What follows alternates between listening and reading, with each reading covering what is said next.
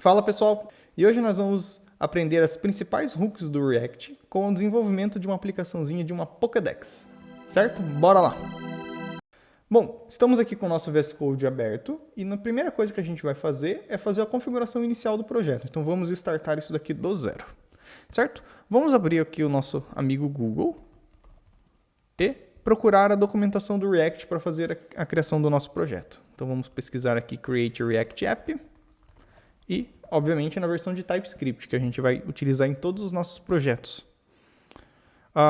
Aqui a gente pode utilizar tanto o NPX quanto o Yarn, os dois vão ter o mesmo efeito, só que eu vou de Yarn aqui, que é uma preferência minha. Então, aqui a gente vai abrir o terminal do nosso VS Code. Podemos apertar as teclas Ctrl Shift P do nosso teclado para abrir esse menuzinho, certo? Depois podemos digitar terminal e clicar no Focus Terminal, que irá aparecer aqui para a gente aqui embaixo uma barrinha. Nessa barrinha, vamos criar uma pastinha para guardar o nosso projeto. Eu vou criar uma aqui chamada de Projects. Vamos entrar dentro dela e rodar o comando que a gente acabou de copiar aqui da própria documentação do React, certo? Então vou colar o comandinho aqui e vamos ajustar o nome dele anteriormente, né? Onde está My App, a gente vai colocar o nome do nosso projeto, que no caso aqui eu vou chamar de Pokédex. Posso apertar um Enter aqui e a nossa aplicação vai buildar. Enquanto ela faz o build, nós vamos desenvolver esse Pokédex. Por quê? Porque nós vamos conseguir entender como funciona desde o useState, useEffect e useContext, que são as três principais hooks.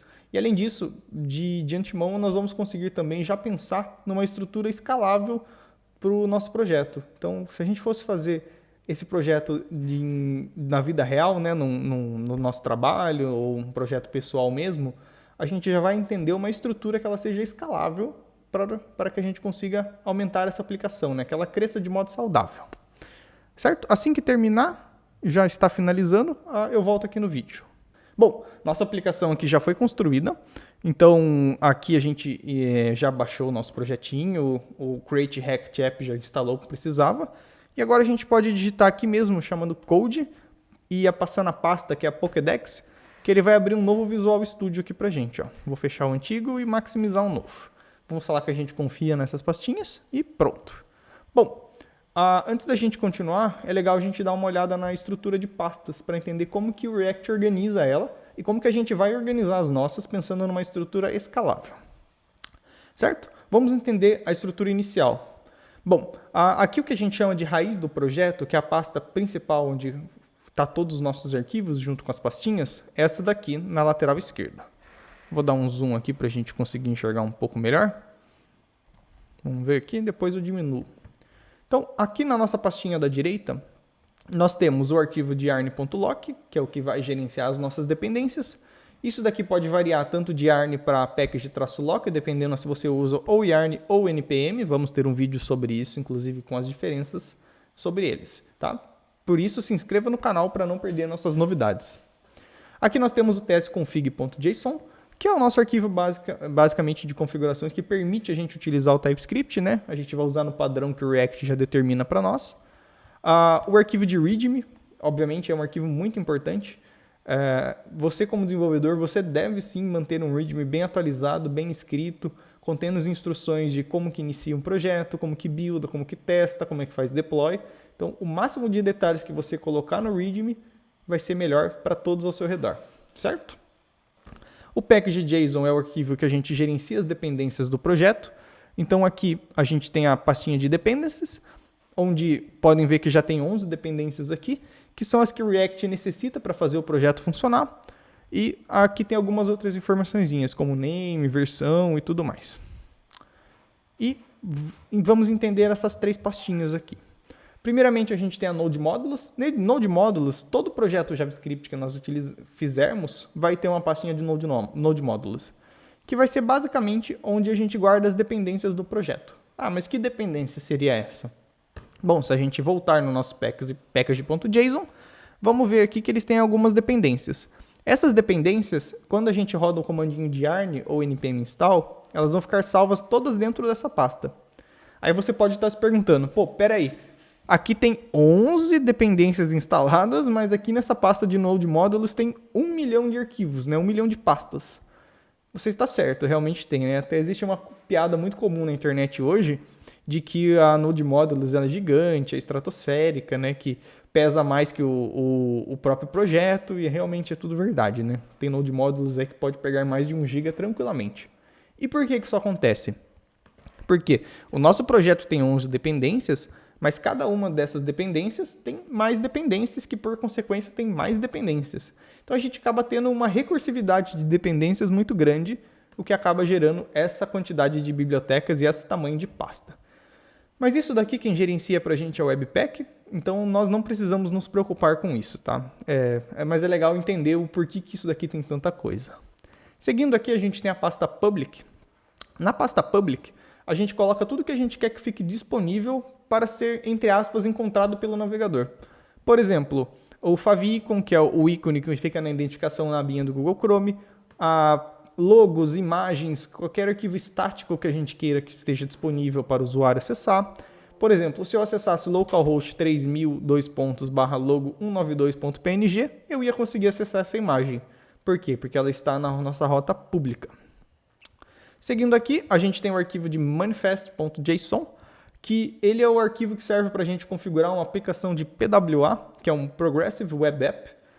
Teremos também um vídeo exclusivo sobre PWA aqui no canal, vale a pena dar uma conferida depois. E o robots.txt, que é o arquivinho padrão de configuração do Google para a gente ser identificado pelo Google, né? Isso daqui é uma grande premissa de SEO, também teremos vídeo sobre isso. Certo? E finalmente a gente chega na pastinha de source aqui do React. Vamos entender um pouquinho o que tem nesse arquivo. Bom, ele tem um app.css, um app.test, um app.sx, um index.css, um index, um logo, alguma coisinha aqui de environment e um web vitals e um setup tests. Certo? Então, o React, diferente do Angular, por exemplo, ele não é um framework, ele é uma lib. E por o React ser uma lib, ele não determina como que a gente deve organizar as nossas pastas, né? Ele não é opinativo no sentido da organização. Ele meio que diz assim, olha, eu forneço as ferramentas, né, para você desenvolver UI, né, que nada mais é que uma biblioteca para desenvolvimento de UI, porém, o jeito que você vai organizar, o jeito que você vai estruturar, o jeito que você vai arquitetar a sua aplicação é com você e somente você. Eu não tenho nada a ver com isso. Diferente do Angular, que ele provê como que deve ser declarado as pastas, como que deve ser declarado as configurações, de que jeito você deve codar. Então, essa é uma grande diferença entre uma coisa que é uma biblioteca, no caso do React, e um framework, no caso do Angular. Como ele não é opinativo, nós temos liberdade para poder definir as nossas estruturas de pasta. E aqui está o primeiro ponto crítico de uma aplicação. Como que a gente vai organizar isso daqui, pensando que a gente está, obviamente, trabalhando num projeto simples, que é uma Pokédex, mas que a gente gostaria de evoluir isso daqui futuramente para uma aplicação que pudesse ser escalável, né? Então a gente já começa ela pensando nisso. Eu vou sugerir aqui uma organização por domínios para a gente, mas a gente vai entrar num tópico exclusivo desse no futuro. Por enquanto, vamos nos concentrar em entender o que está acontecendo dentro da pasta source. Bom, o que é legal perceber aqui é entender um pouquinho do bootstrap do React. Eu acabei de comentar para vocês que dentro da pasta de index, dentro da pasta public, ele tem, dá um Ctrl Z aqui, ele tem o index.html. Esse index.html é o que vai ser renderizado no browser quando a gente acessar a nossa página inicial. Por exemplo, localhost 2.3000. Nós vamos renderizar exatamente esse index.html. E reparem aqui embaixo, ó, que ele tem uma div de ID root. E isso daqui é um dos começos do jumpstart da nossa aplicação. Então, olhem que legal aqui como é que ele faz o bootstrap, né? O que seria o bootstrap? A inicialização da nossa aplicação. Então, vamos supor que a gente acessa o nosso browser e ele vai cair e vai renderizar esse carinha aqui, que é o nosso index.html. Aqui dentro do index.tsx, a gente pode dizer que ele é o nosso ponto de partida inicial do nosso React. Olha que massa. Se a gente entrar aqui, a gente vai ver que ele chama a biblioteca de React DOM e manda um ponto render, que é uma funçãozinha do próprio React. E aqui, ó, ele vai fazer a renderização do que estiver dentro do app.tsx no elemento que for correspondente à chave de root. E o que é essa chavinha aqui, ó? Isso daqui é sintaxe pura de JavaScript. Então ele vai pegar o nosso document, que é exatamente o que está sendo renderizado na tela, procurar um elemento pelo ID dele que chama de root, que se a gente voltar aqui, ó, vamos colocar em split, é esse carinha aqui, olha que legal. E ele vai fazer a injeção do conteúdo que está dentro do ponto app, dentro dessa div de root. Então olha que legal, é bem lógico como é que funciona e a gente consegue perceber muito bem. Então, pegou a pastinha de root, vai procurar essa div aqui e injetar o conteúdo que está dentro de app. Então, a gente pode considerar o index.tsx como o bootstrap inicial do React e o app.tsx, que está, obviamente, aqui em cima, a gente pode considerar ele como o bootstrap da, vamos dizer assim, aplicação, né? Aqui, normalmente, por uma questão de boas práticas, a gente coloca, geralmente, os providers, que a nossa aplicação vai estar global. A gente faz declaração de bibliotecas, por exemplo, bibliotecas que tenham tema, dark mode, light mode, enfim. Tudo que a gente quer fazer uma configuração global para um projeto, é uma boa prática a gente colocar dentro do app. Não se preocupe, nós vamos tratar de todas as boas práticas no decorrer dessa Pokédex, e no final dela você vai ver que você vai ter uma aplicação muito show, muito escalável, e que segue boas práticas de mercado, que é o que mais importa hoje em dia, certo? Nessa primeira introdução, nós vamos encerrar por aqui, vamos ter a parte 2 da nossa videoaula, e nós vamos seguir aqui para o desenvolvimento da nossa Pokédex, sempre focando em mercado e boas práticas de programação, certo?